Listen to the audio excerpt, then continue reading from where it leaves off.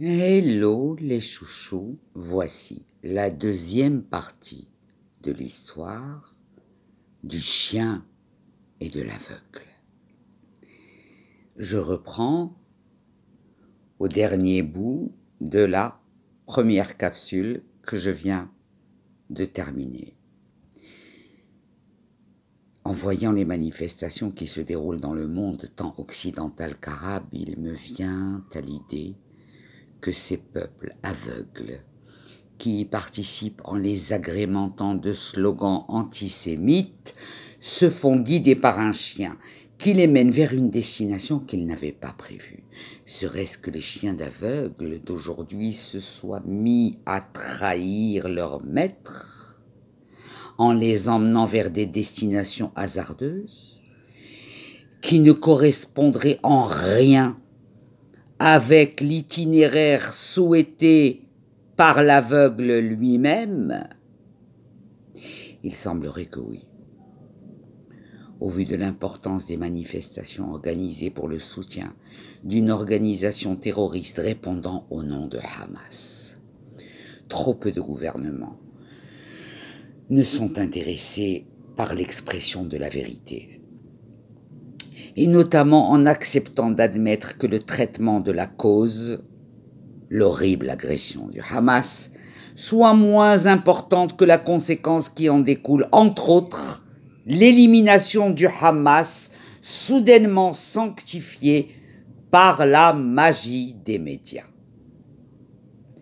On sait bien que le mal et le mensonge, qui est son corollaire, son frère jumeau, sont beaucoup plus répandus que le bien et la vérité, qui lui est consubstantielle. Il n'y a pas de vérité s'il n'y a pas de bien. Il n'existe aucun mensonge viable, sans parler de mal. Mais à la fin, on constate que le bien et sa compagne, la vérité, sont plus forts. Alors, pour pousser le raisonnement jusqu'au fait, au sommet de sa bêtise, je voudrais un instant imaginer que toutes ces personnes qui ont manifesté pour Palestine vaincra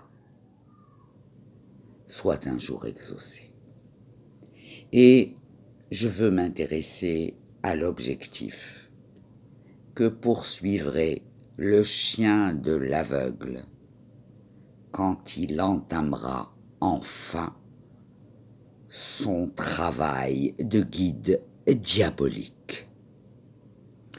La première hypothèse en cas de victoire du Hamas, que Dieu nous en préserve, fut la guerre à outrance, jusqu'à imaginer que l'aveugle lui-même pouvait craindre pour sa vie. Mais l'aveugle lui-même, ne voyant pas, ne pouvait imaginer vers quel abîme son chien le dirigerait. Donc une victoire pour quoi faire et pour qui, puisque le chien lui-même était mort après que l'aveugle ait succombé. La deuxième hypothèse, en cas de victoire du Hamas, après un déferlement de violence sans direction, verrait le chien et tous ceux qui constituent l'armée de ses admirateurs dans l'embarras. Car en effet, dans ce monde arabe complexe, quel type de pays ou de système politique le chien pourrait-il proposer à tous ces aveugles qui meuglent pour sa victoire et qui appellent sa victoire de leur vœu?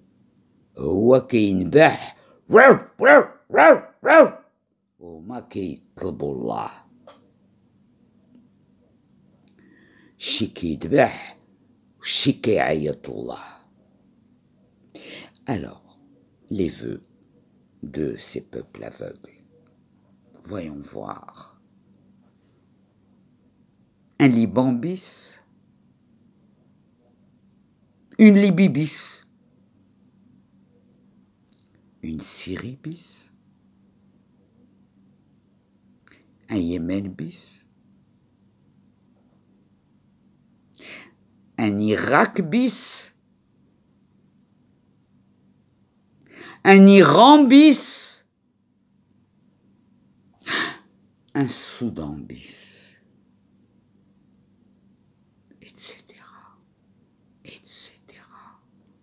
Ces pays qui, mis bout à bout, ne produisent essentiellement que de la mort à longueur d'année, depuis tant d'années. En clair, le chien d'aveugle ne pourrait que proposer de réhabiliter un nouvel État islamique, Daesh, que le monde entier a combattu et cherché à anéantir.